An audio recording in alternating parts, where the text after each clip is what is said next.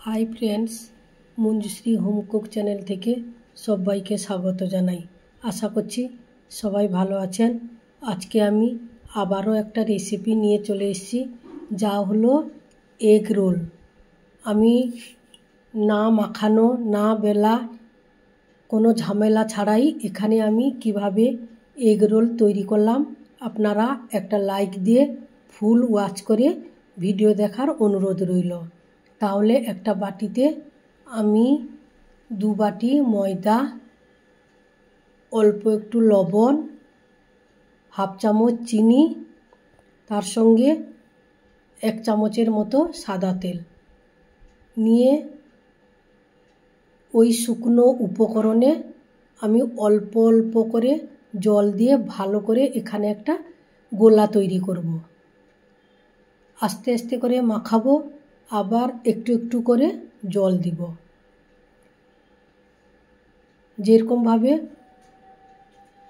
মাখাবো আবারও একটু জল দিব, কেন পুরোটা জল এককালীন দেওয়া যাবে না। আস্তে আস্তে দিয়ে এইভাবে আমি একটা থকথকে ব্যাটার তৈরি করে নিয়েছি। এই ব্যাটারের মধ্যে ময়দার ছোট ছোট গুটলি থেকে যায়, ওইটা গুটলিটা আমি একটা বড় ছাঁকনির সাহায্যে এখানে ছেঁকে নিব। ছেঁকে নিলে এখানে রোল তৈরি করতে সুবিধা হয়, একদম পারফেক্ট ব্যাটার তৈরি হবে। তাহলে দেখুন বন্ধুরা, আমি একটা চামচের সাহায্যে আস্তে আস্তে করে এখানে গুলিয়ে ছাঁকনিতে আমি ছেঁকে নিব। যেসব বন্ধুরা এখনও চ্যানেলটিকে সাবস্ক্রাইব করেননি, আপনারা সাবস্ক্রাইব করে পাশে থাকা বেল আইকনটি প্রেস করে দিবেন। আর বন্ধুদের কাছে অনুরোধ, ফুল ওয়াচ করে ভিডিওটা দেখবেন। তাহলে দেখুন বন্ধুরা, কতটা গুটলির মতো ছোট ছোট দানা থেকে গেছিলো, ওইগুলো ফেলে দিয়ে এবার একটা পারফেক্ট ব্যাটার তৈরি হয়েছে।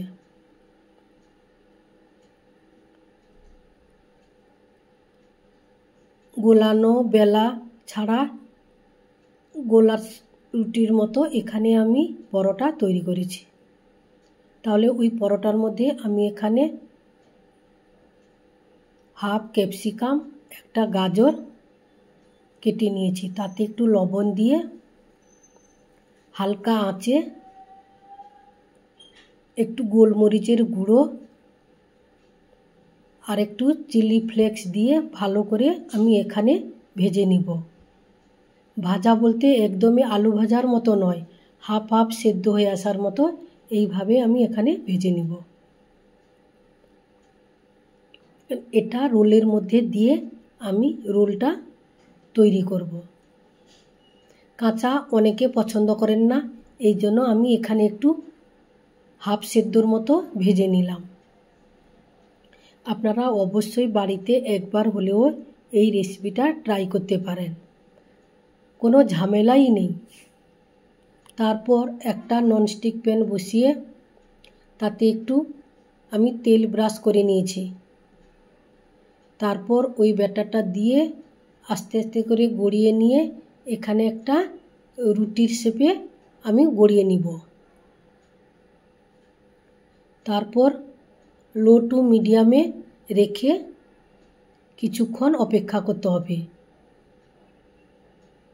ওপরটা আস্তে আস্তে শুকিয়ে এলে একটু তেল ব্রাশ করে দিব।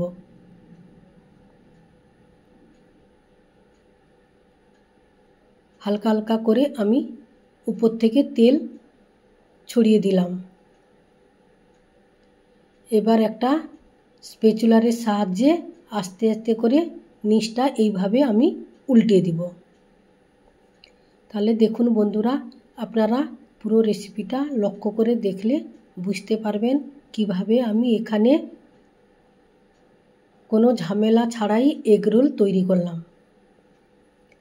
এবং খুব টেস্টি এবং খুব নরম হয় এই ধরনের রোল তৈরি করলে।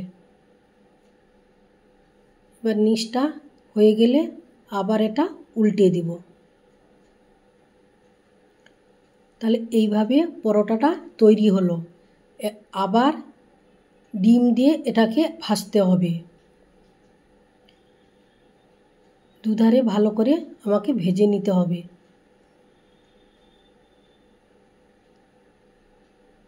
লাল লাল হয়ে এসছে পরোটাটা। এবার আমি কড়াই থেকে আস্তে আস্তে করে চেপে চেপে উলট পালট করে আমি আবার তুলে নিব।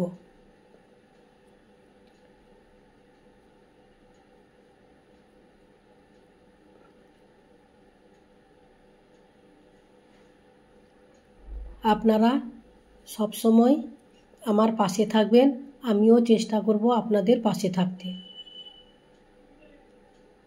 পরোটা তুলে নিয়ে ওই ফ্রাইং প্যানে একটু তেল ব্রাশ করে আমি এখানে একটা ডিমকে ভাজতে দিয়ে দিলাম। ডিম ভাজাটা আস্তে আস্তে করে একটু হয়ে এলে তার উপরে ওই রুটির মতো পরোটাটা দিয়ে দিলাম। এবার আস্তে আস্তে করে এটা খুন্তির সাহায্যে আমি চেপে চেপে একটু সাইড থেকে ছাড়িয়ে নেব।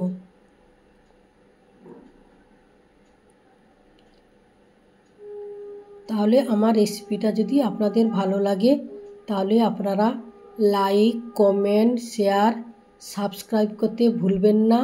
পাশে থাকবেন, আমিও আপনাদের পাশে সব সময় আছি। তাহলে দেখুন বন্ধুরা, এবার নিচের দিকটা হয়ে গেছে। এবার আমি আস্তে করে উল্টে দিব।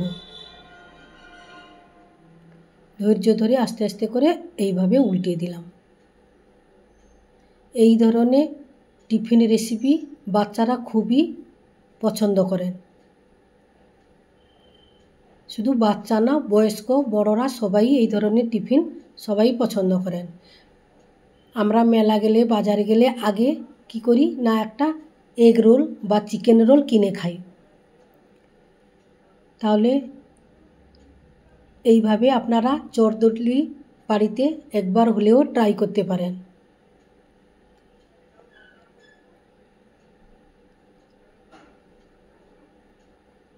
আস্তে আস্তে করে এবার আমি ওপর সাইডটা উল্টিয়ে এবার তুলে নিব।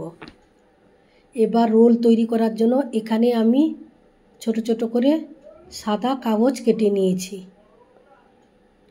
এবার রোলটা কিভাবে মুড়লাম, কিভাবে তৈরি করলাম আপনারা লক্ষ্য করতে থাকুন। ক্যাপসিকাম আর গাজর ভেজে রেখেছিলাম, ওইগুলো দিলাম। তার সঙ্গে শসা কুচি, পেঁয়াজ কুচি, কাঁচা লঙ্কা আর সঙ্গে রয়েছে টমেটো সস। এইভাবে দিয়ে আস্তে আস্তে করে মুড়ে নিতে হবে। তাহলে আপনারা ভালো করে লক্ষ্য করে দেখতে থাকুন। রোল মোড়ার কাছেই আসল। দেখতে মোড়াটা যদি ভালো হয়, দেখতেও খুব ভালো লাগে।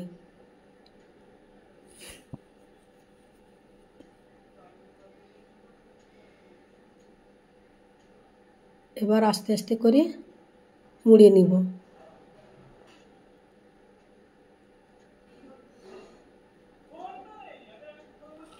এখানে এইভাবে আমি 4টে রোল তৈরি করেছি। আমার রেসিপিটা যদি আপনাদের ভালো লাগে তাহলে আপনারা অবশ্যই পাশে থাকবেন। নমস্কার, আজ আসছি আবারও অন্য কোনো দিন অন্য কোনো রেসিপির সঙ্গে আপনাদের দেখা হবে। ততক্ষণে আপনারা ভালো থাকুন, সুস্থ থাকুন, সাবধানে থাকুন।